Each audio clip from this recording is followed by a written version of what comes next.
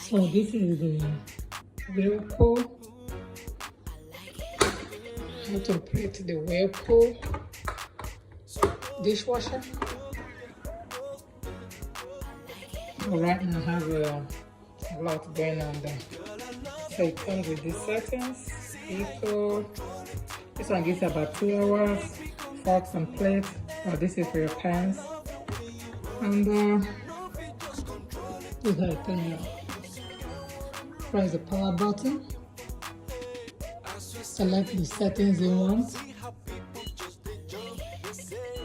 So these settings, when you press the P here, it shows you any of this. You pick what works for you.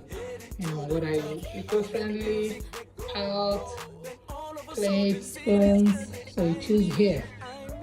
So this will determine how many hours your dishes are gonna work for.